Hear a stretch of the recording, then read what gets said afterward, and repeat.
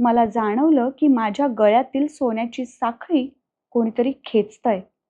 खरं तर त्या हाताचा स्पर्श जाणवण्याआधीच क्षणभर मला काही दुर्घटना घडणार असल्याची पूर्वसूचना अंतर्मनानं दिली असावी. त्या धसक्यातच मी डोळे उघडले. 4-5 धटिंग माझ्या सभोवती उभे होते. त्यांच्या मध्य धुंद चर्या आणि हावभावावरून त्यांचा काव स्पष्ट दिसत होता. ते एका सोप्या सावजाच्या शोधात होते. त्यांची नजर माझ्या गळ्यातल्या सोन्याच्या साखळीवर खिळली होती. मी झटकन उभी राहिले.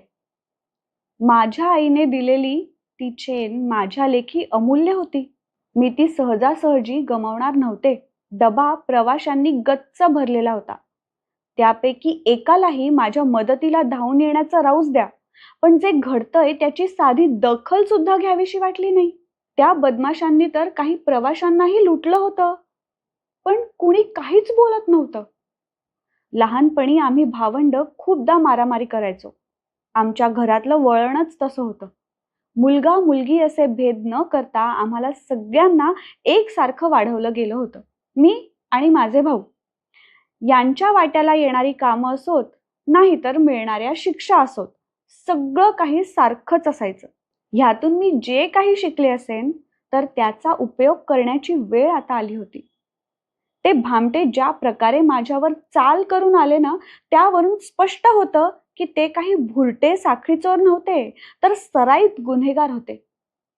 एकट्या दुकट्या मुलीवर हल्ला चढवताना ते कचरले नव्हते.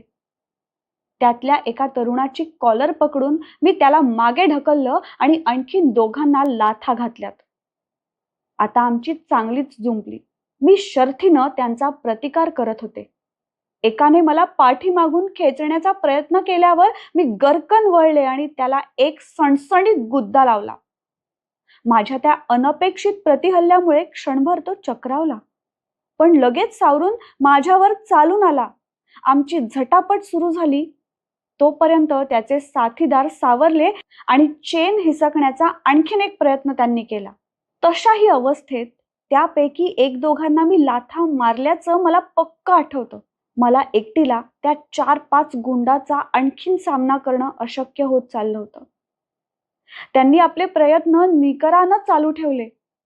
आता कोणीतरी एकाची बहुधा माझीच हार होणं क्रमप्राप्त होतं.